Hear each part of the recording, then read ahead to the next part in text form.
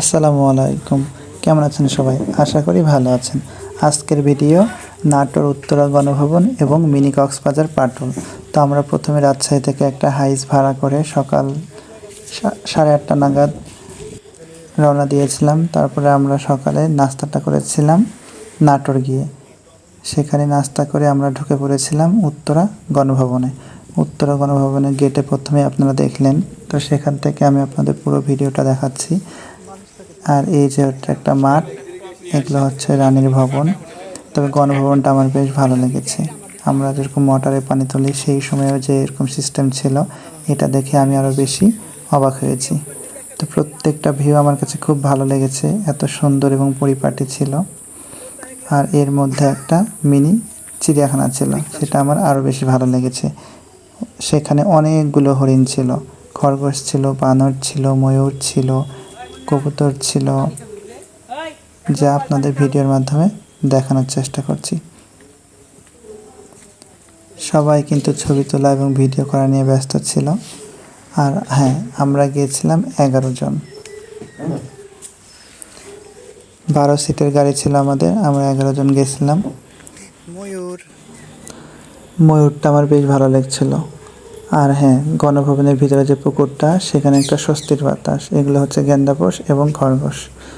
Mini চিড়িয়াখানাটা আমার ভালো লেগেছে। আমরা এটা ঘোরার পরে চলে গেছিলাম নাটোরের পাটুলে। এরিয়াটা ছিল ভালো, ভিতরে একটা জাদুঘর ছিল, সেটা আমরা দেখেছি। আপনাদের সাথে একটু শেয়ার করলাম। জাদুঘরের ভিতরে ভিডিও করা নিষেধ, সেজন্য করতে পারিনি। তারপরে এখান থেকে আমরা চলে গেছিলাম নাটোরের পাটুলে। সেখানে গিয়ে গোসল করেছি। পানিগুলো এত পরিমাণ ময়লা ছিল, কিন্তু কি করব, আনন্দ করতেই হবে। সবাই যেহেতু গেছি আনন্দ করার জন্যই, ময়লার পরিষ্কার দেখে তো লাভ নাই। আর পানির ভিতরে যেহেতু, তাই ভিডিওটা একটু কম করে করেছি, যেহেতু এনজয় করতে হবে। একজনকে দিয়ে এই ভিডিওটা করে নিয়েছিলাম। দেখেন 2 রকম পানি বোঝা যাচ্ছে, ওই দিকে নীল, এই দিকটা ঘোলাটে হয়ে গেছে, এত পরিমাণ ময়লা ছিল।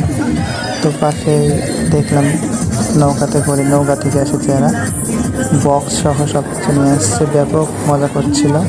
ওদের গানে আমরা একটু তাল মিলাচ্ছিলাম, আর এরা হচ্ছে সবাই দেখছিল। তো আমার বেশ ভালো লেগেছে। তো দুপুরের খাবার খেতে হবে।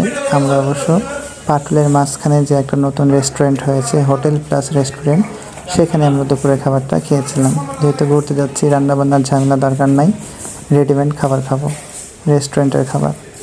তো এখানে রেস্টুরেন্টটা আমার বেশ ভালো লেগেছে। এত ঘোলা পানির মাঝে এত সুন্দর নেট অ্যান্ড ক্লিন, অর্থাৎ পরিষ্কার পরিচ্ছন্ন যে একটা হোটেল, সেটাতে অবশ্যই ভালো লাগবে। আর হোটেলে বসলেই এত সুন্দর, এত পরিমাণ বাতাস আসছিল, মনটা এমনিতেই ভরে যাচ্ছিল। এখানে কিন্তু খাবারটা আমরা অর্ডার করেছিলাম খিচুড়ি এবং কালাভুনা।